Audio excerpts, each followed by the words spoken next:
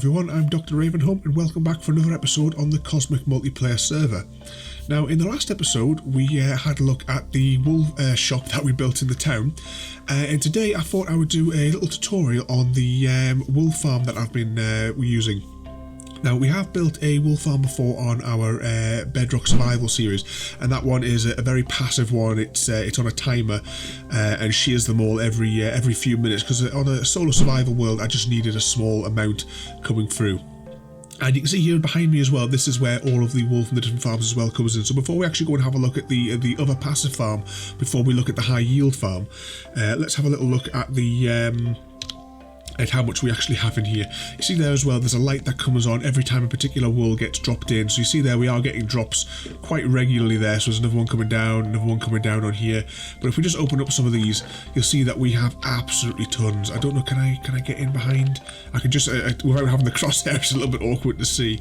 But let's see, so we've got a little bit less on the orange. What have we got in grey? A little short on that there. White is full because we have an extra white one at the moment. But all that gets sorted down here though, and as I said, we have absolutely loads.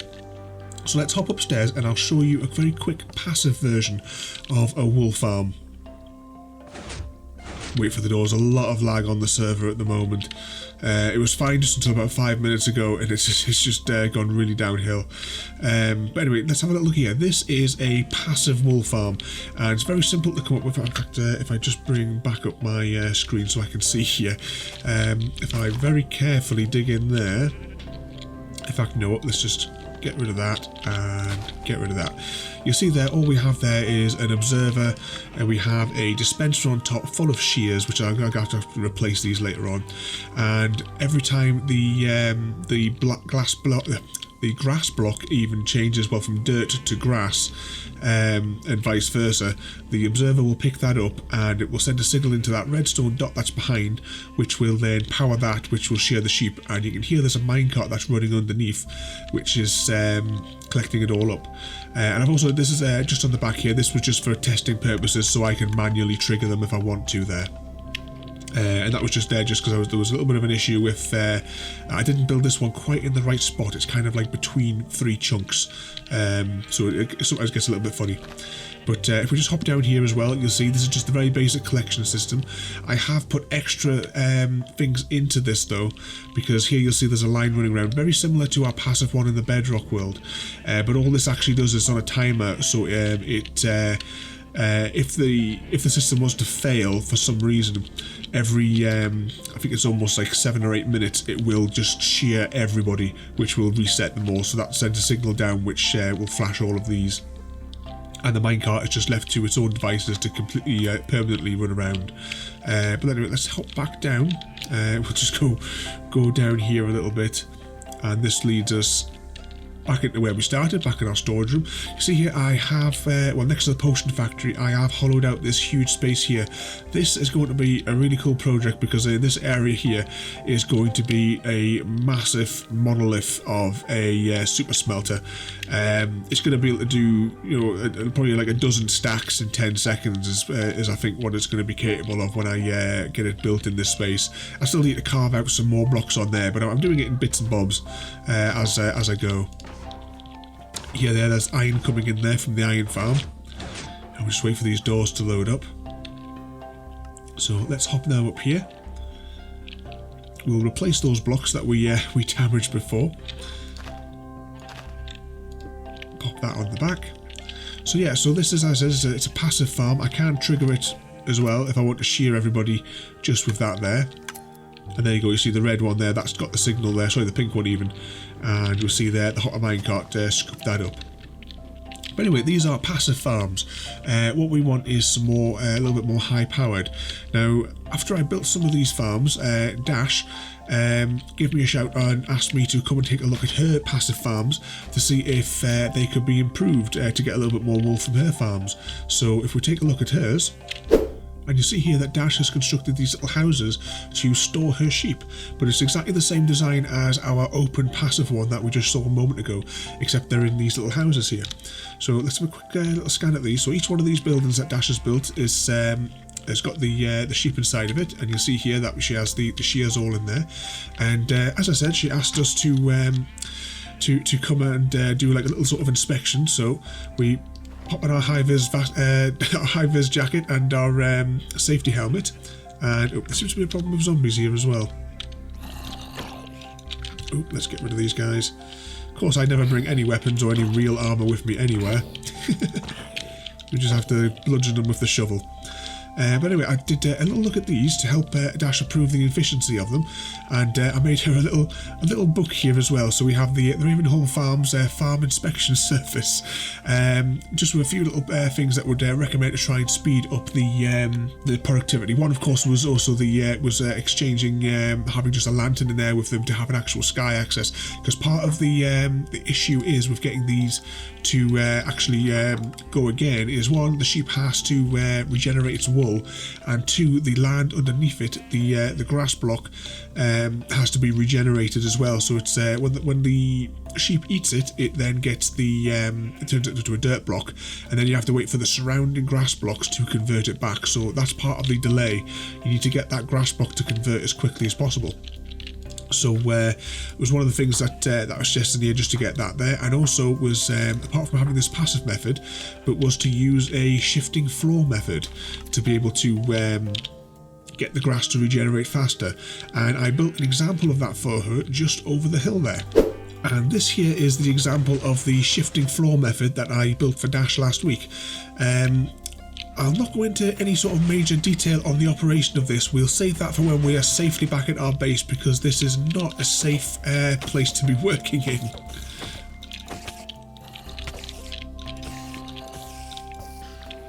There we go. But as you can see here, it's just a nice little simple design, doesn't require that much.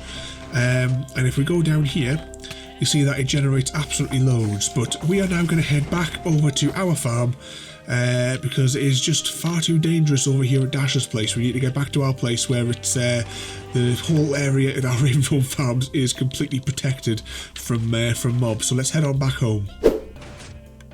Okay, good. We are now back at our farming district, and this is it. This is our server-friendly version of the high-powered floor-shifting wool farm. We get absolutely loads from this. We have here, to make it server-friendly, we have only 2 sheep in each of these pods. You could, of course, if you wanted to really make things suffer, or if you're in like a solo world, just on your own computer, you could fill this up to entity cramming, and if you use a vine in there as well, you could actually exceed entity cramming limit as well, to get even more sheep in there. At entity cramming limit, you would get approximately maybe 50 stacks an hour, but with just the 2 sheep in each of these will get you 5 to 7 stacks an hour, which is more than enough for what you would need. But let's have a little wander around here. So the previous one we looked at only had the 1 pod, as I said, and this one here, the floor shifts between all of them, and the dirt blocks, you can see there, the dirt is underneath there, that's coming from there, and you'll see there that it is getting each time that it gets moved, it gets updated with a chance of changing from a dirt block to a grass block. But also you'll see this odd dirt structure as well, which is also improving our probability of converting a dirt block to a grass block. Off the top of my head, I'm sure that it is a grass block has the probability of converting a dirt block. I think it's 3x5. I should have really double checked that before I started recording, but it's something like 3x5 radius that it has for converting. So we have the dirt blocks here that are getting moved around in the piston tape here, and then next to all these other grass blocks. We also have it completely lit with all of these torches. That's why we have overkill on the torches. And then because also the block above can make the grass block below, it can spread that way. We have the grass blocks here on top. Eventually I will actually fill in this whole area, and this will be our like surface area, so that we have like a level between all these farms, because you see here that I have got sectioned off here, 1 for each colour, but we'll hop to those in a moment there. So as I said there, so yeah, we have that converts along.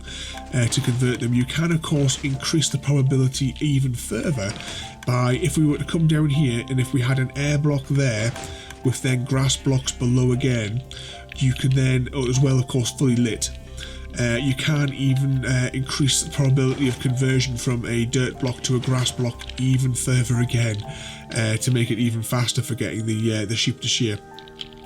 But anyway, let's come in and take a look now at the mechanism. This is our primary shear mechanism.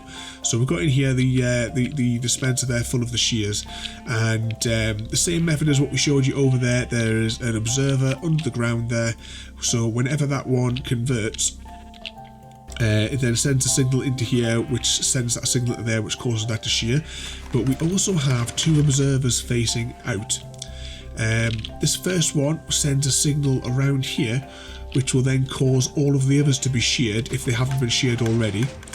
And also we have here, this one here triggers the ground to move another block. So you can see there's a few of them getting sheared at the same time, so it gets quite a few. What we have here as well is, I should say as well, this one here, when this observer fires, it is not strong enough to come all the way around here to get this to fire again. Otherwise, of course, we would have a continuous loop of it going, and the ground would never stop moving.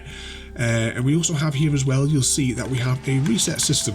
So if for some reason, because it could loop around, and when you see there, that one there, well, it almost, before it converted, it may have gone underneath and stopped them from getting a grass block. Every minute, it's about every 60 to 70 seconds, as you'll know when you are mining, if you tap a redstone ore, it glows, and if you put a armor stand on top, it means that every time that this would have changed back to a normal block and gone out, it will then re-glow again, because it detects that that is on top of it. But the observer can detect that each time, and that also allows us to have a reset system in here. So if something was to go wrong, maybe the chunks were to load funny, you were to go away and come back, it wouldn't be an issue, because the farm would then just reset itself if it had got locked up for some reason. So it's just like an added bonus in there. Let's just hop out here and I'll have a look at the piston feed tape, because you'll see here that I have done preparations already. You'll see down here there is a hopper, and that is leading into that central storage area that we showed you at the start of the episode. And what we have here is just the basic piston feed tape, and the way these work are, as these blocks get pushed around, we have one, this is our primary one here, which has very limited redstone, and you'll see here the one that gets triggered here, that is this one here, just there, the one at the end of the mechanism. And so these get pushed along, and when this gets pushed out, it will then push forward, and here we have, these are the zero ticking piston pushers. So you see here there is one piston underneath, there is one piston above, and this one here is for our feed tape. Actually, let's just bring up the grids as well. It is best to build this inside of one chunk. So if you go F3 and G on the Java edition, you'll be able to see the chunk. And for the rest of this first stage of the tutorial, we will leave these grids on just so that you can see what we're actually doing here. So you can see here we have our little piston tape here, and so we come in by one block, and we have these. I'll tell you what, we'll just dismantle this and I'll quickly put this in just so you can see what we have here. So we have a little 2x2 hole, and we have a conductive block and another conductive block. I've just used the slab because that's one of my favourite blocks. So we want to come in here, and we have one piston underneath here, come above, pop another piston here. So this is facing backwards because the dirt is going to flow in this direction, because this piston is going to push it into here. So you have to have these, so that's going to face that way, and these are basically facing the way that it came, so that's facing where it's going. And these go the same every single time, going all the way around there.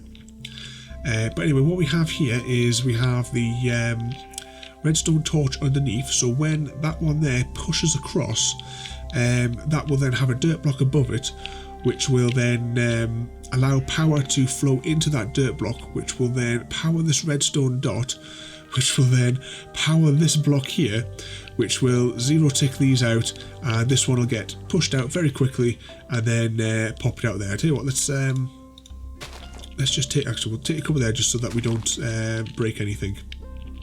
So you imagine that this is pushed here, and see that instantly gets pushed across, and that works all the way around in that brief instance there, as you can see from here when they get pushed around.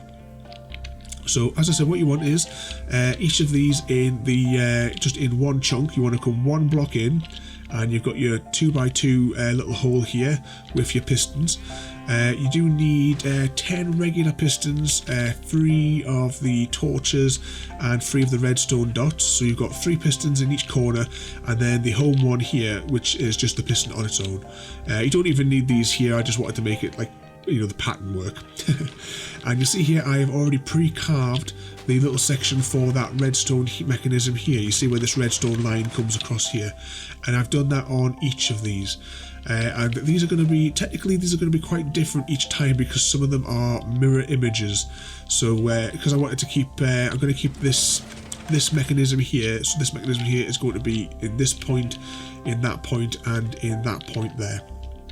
So what we're going to do now is we're going to build one of these together, and then if replay mod cooperates, I will do a very quick, just an aerial shot of building the other two. But let's hop over to this chest and I'll show you all the junk that I've brought for this exercise here.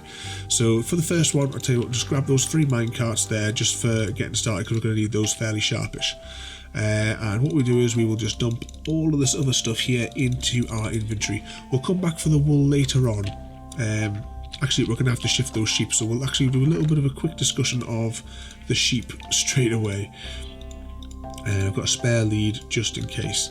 So with the sheep, of course, as we're only going to put 2 in each one, these are our 2 breeding sheep, and all you got to do to breed them, of course, is just use the wheat just to do that. And then when you want to dye them, it's just a case of getting your dye and tapping the colour onto it.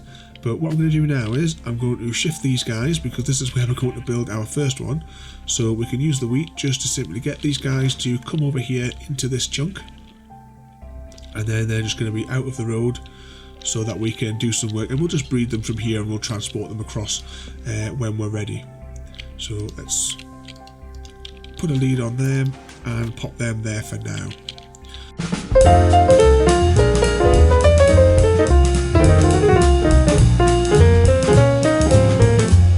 Okay guys, the server completely lagged out and crashed, so it's been a couple of days since I've actually been able to come back and finish this project. So I'm going to crack on straight away, roughly where I think we left off before the server packed up.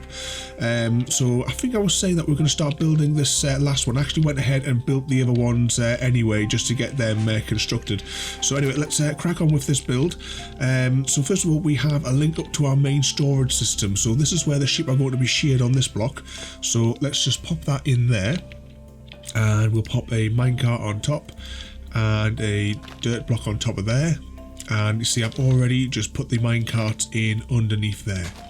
So next up, we now need our observers, and we see have here in these little dugout here, and we want these facing so that the little red dot faces backwards. So you see there like that.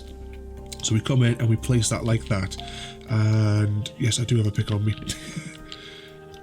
Get rid of that, and we will quickly zoom around and we will pop each of those into there. So when a sheep eats that, that will register it, and it will pop out a little redstone signal on the back of each of these. Now this is going to be our main unit, so I'll tell you what, let's mark up the glass on this one now. So the sheep will live inside of this little bit here. Let's just pop that in there, and I'll tell you what, we might as well, since we've got the glass in my hands, we will mark off all of these, and it'll make life a little bit easier for us later on. Let's pop that in there, and yep, I've done that wrong already. I bet this isn't a silk touch either. Yep, of course it's not. That would be too easy. Right, let's try that again. And get rid of that. Yep, we're having a real disaster with this build, aren't we? And we've done it again. This build just does not want to happen, it would appear. Right, let's put those there. And finish off the second layer on here. And it looks like it's getting dark, typically. Right, I'll go and quickly sleep. Okay, next up, so that we can close up these pods, we're going to put the dispensers in. Now these dispensers will be filled with shears, but we'll put the shears in last. We're also going to get the sheep in there as well, so we just want to come into the pods so that the little face is facing into it, and pop those on there, and then they of course will get powered from that there. So next up we will start the redstone off, which is going to power the floor shifting. Now we already said that we've carved out these little sections here, and we simply want to come in and put the redstone leading up to here. So you can see I've left the grids on as well, so you can see how many blocks there are in for the little cutouts. So we've got one, and then a gap, then one for the floor that's actually going to shift, and then we've got two across and then one up. And this is where our next observer is going to go. And I think I'll have to put maybe a couple of temporary blocks down just so that I can get that in there. So that one faces down so that it can send a signal into there, and I've blocked myself in. So let's get rid of that and quickly clear those. Next we will do the next section, which is around this this little main one, which is the main trigger. So you'll see here we just have this little array going around here, and we have a piston there that's going to push those out there. So let's pop those in there. And right, we'll come in here and pop that there. One going out that side, and one going out that side. And then on the back of this one, we will pop our sticky piston, and this one will bounce this one back and forth whenever it gets a signal. Now next, before putting any more redstone in, we will put the reset system in, which is done by the redstone ore on here with an armor stand on top, and that gives us a sort of random signal every 60 to 70 seconds, I believe it is, for the reset time on a redstone ore, but I'm not 100% sure, don't quote us on that one there. And next up we want to simply bring around a line of redstone, so we want to come one out and basically make a loop which is going to capture each of these as it goes around. And this is just long enough so that this here cannot trigger that particular one there, because this will get triggered in this section here when these observers see that change. Because if it was to do that and then do that, it would be in a continuous loop and it would never stop. Right, and then next, of course, whenever these ones trigger, these ones do have the power to push the floor. So it just means that it doesn't get into a continuous loop.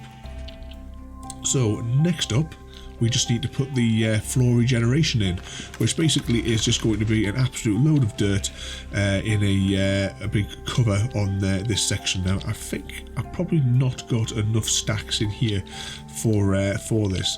You see as well, to help with the regeneration, I've already put torches following this line all the way around. You can of course as well put some on the inner track as well, just to make sure that everything is completely lit up, and that means that you will have the best chance to get the grass to regenerate. I'll just be on the inside whilst I'm doing this. So I'll quickly zoom around and I will pop all this in. Actually, we'll do one section like this corner here together, if I don't get stuck inside again. So we'll do this little corner piece here. Eventually I probably will cover almost this entire area, but just for the sake of this demonstration, you see here, you just want to simply make the little pathway going around here, and if I just get a couple of torches out of my inventory, following the line, we just want to simply do that. Now I'm going to quickly zoom around and do that on all the other sides, but that is essentially this done. Only thing that will be left will be to choose the wool, so I'm using a wool block to signify it. We also have to fill the dispensers with shears. I've put unbreaking on all of those as well, so the machine lasts even longer. And then of course it's lure the sheep in, and once you've got the sheep in, of course dye them the correct colour. And I also popped a fence post on here just to make sure that they couldn't get out, and an extra light on the top just to continue the lighting in the area. So I'll quickly put the rest of this dirt in, and you'll join me at the end. Okay, so that is the grass layer now in place. I've also brought all the sheep in here, I've lured them all in, and I've actually dyed them as well, and you can see this is working really, really fast. We are getting absolutely tons of it, and we have set up a little storage room in our main base where all of the wool is all just raining down. You see as well, I've also had all of the shears, well, some of the leftover shears that we had put into there as well. We will get some fresh ones from the iron farm a little bit later. But there it is. That is the high yield, server friendly wool farm. I say it only uses just the 2 sheep per pod, which is more than enough. We're getting probably about 7 or so stacks an hour roughly from it, and you can hear there all the floor shifting, and there's so much light as well that it's all regenerating really quick here. But anyway, I hope you enjoyed that. It was a little bit of a mix-up on the episode, shall we say, there, because server crashing, and it just went, it was a little bit non-continuous because we had to keep on cutting due to server issues that we're having. But never mind. I hope you all enjoyed that. Don't forget to rate, comment, favourite and subscribe, and I'll see you all next time. And don't forget to join the RavenCraft Discord server. The links are in the description below.